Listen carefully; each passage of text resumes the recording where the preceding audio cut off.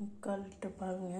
இதில் பன்னீர் செய்யறதுக்கு 2 கரண்டி தயிர் ஊற்றிருக்குங்க. தயிர் ஊற்றிங்க, சிம்மிலே வச்சுங்க. ஒரு 10 நிமிஷம் கலக்கினா இந்த மாதிரி நம்மளுக்கு பன்னீர் கிடச்சிருங்க. இதை நம்ம இந்த பெரிய திலடர் வடிச்சிட்டுங்க. சர்க்கரை ஒரு 5 டேபிள் ஸ்பூன் போட்டிருக்குங்க. வடிச்சிட்டு நம்ம அப்படியே பன்னீரை போட்டு கலக்கி விட்டுக்கலாம். இந்த பன்னீர் இருக்கிற தண்ணியும் நம்மளுக்கு போதுங்க. வடிச்சு விட்டாச்சுங்க. சூடாக இருக்கிறதுனால நம்ம அப்படியே போட்டுக்கலாங்க. இதில் கொஞ்சம் தண்ணி இருந்தாலும் பரவாயில்லைங்க, அப்படியே நம்ம போட்டுக்கலாங்க. இவ்வளவு தண்ணி வந்திருக்குங்க. முக்கால் லிட்டர் பாருங்க. நம்ம இப்போ ஸ்டவ்வை பற்ற வச்சுக்கலாம்.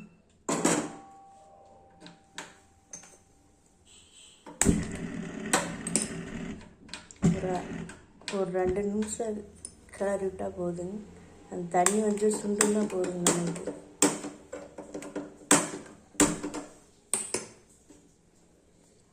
சர்க்கரை ஃபஸ்ட்டே போட்டாச்சுங்க. பன்னீர் சூடாக அப்படியே நம்ம போட்டிருக்குங்க. இதை அப்படியே வேணாலும் நம்ம சர்க்கரை உடனே நம்ம பன்னீரை ஒரு வெள்ளை துணியில் இறுக்கமாக புழிஞ்சு வெயிட் வச்சு அதை கெட்டியாயிடும்.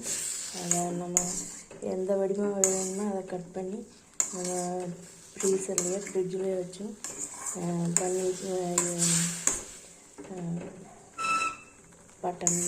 பட்டர் மசாலா இந்த மாதிரி செய்யலாம். இந்த மாதிரி நம்ம செஞ்சோடனே பழைய வாழ்க்கைங்க 3/4 லிட்டர் மிச்சமாச்சுங்க.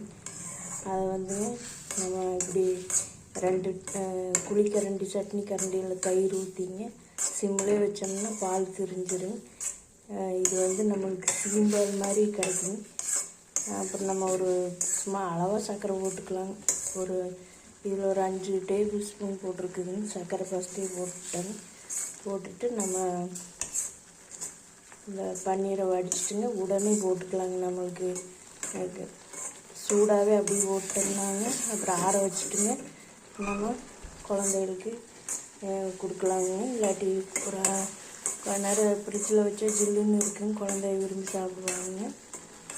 பெரியவங்களுக்கெல்லாம் ஃப்ரிட்ஜில் வைக்க வேண்டியது இல்லைங்க. கொஞ்சம் ரொம்ப நேரம் வெந்ததுன்னா கெட்டியாயிடும். அதனால் சும்மா அந்த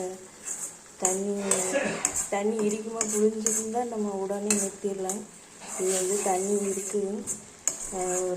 ஒரு 2 நாளைக்கெல்லாம் கிடாதுங்க. அப்படி நம்ம ஃப்ரிட்ஜில் வச்சு சாப்பிட்டுக்கலாம். குழந்தைகளுக்கு எடுத்துக்கலாங்க. பால் மிச்சமான அன்னைக்கு ஒரு 2 நாள் மிச்சமாச்சுன்னா கொஞ்சம் கொஞ்சமாக நம்ம சேர்த்து வச்சுங்க செய்யலாங்க. இல்லாட்டி புது பால்லையுமே எலுமிச்சம்பழம் புழிஞ்சும் நம்ம இந்த மாதிரி பன்னீர் எடுக்கலாம். மூட்டு வலிக்கு ரொம்ப நல்லதுங்க. சுகர் இருக்கிறையும் சர்க்கரை சேர்த்துக்க வேண்டியது இல்லைங்க. அதை நம்ம ஏதாச்சும் தோசைக்கல்ல மசாலாம் போட்டு நம்ம பரட்டி எடுத்து சாப்பிட்டுக்கலாம். இல்லாட்டி லைட்டாக கரும்பு சர்க்கரையை போட்டு நம்ம தொட்டு சாப்பிட்டுக்கலாம். அவ்வளோதான். ரொம்ப நேரம் நம்ம இது பண்ண வேண்டியது இல்லைங்க. ஸ்டவ்வை ஆஃப் பண்ணியாச்சுங்க. அவ்வளோதாங்க. நம்மளுக்கு இது கடையில் உருண்டை பிடிச்சி நம்மளுக்கு ரசகுல்லான்னு கொடுக்குறாங்க.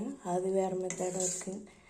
நம்ம உடனடியாக நம்ம வீட்டில் சூடாக செஞ்சோடனே நம்ம இப்படி செஞ்சு ஒரு கப்பில் போட்டு நம்ம ஃப்ரிட்ஜில் வச்சுக்கலாம். ஸ்டோர் பண்ணி உடனே சாப்பிட்டோன்னா கொஞ்சம் ஆற வச்சு. இது சூடாக சாப்பிட்டா நல்லா இருக்காதுங்க. கொஞ்சம் ஆறின முன்னாடி மிருதுவாக தான் இருக்குங்க. கடையிலலாம் கொஞ்சம் ரசகுல்லா கெட்டியாக இருக்குங்க. இது அப்படியெல்லாம் இருக்காதுங்க. இது ரொம்ப உடம்புக்கு நல்லதுங்க. குழந்தைகளுக்குன்னா சுகர் சேர்க்கலாங்க. பெரியவங்களுக்கு கரும்பு சர்க்கரையை தொட்டு நம்ம சாப்பிட்டுக்கலாங்க. உடனடியாக பன்னீர் ரசகுல்லா ரெடிங்க. இது நம்ம ரவுண்டாக இருக்கணும் அந்த மாதிரி இருக்கணும்லாம் நம்ம பண்ணோம்னா அது வேறு மெத்தடாக உருண்டை பிடிச்சிங்க நம்ம சர்க்கரை பாலை கொதிக்க வச்சு செய்யலாங்க. இது நம்ம சும்மா கப்பில் கொஞ்சம் கொஞ்சம் போட்டு ஒரு ஸ்பூன் அப்படி குழந்தைகளுக்கு கொடுத்துக்கலாங்க. விரும்பி சாப்பிடுவாங்க. அவ்வளோதாங்க. பன்னீர் ரசகுல்லா ரெடி.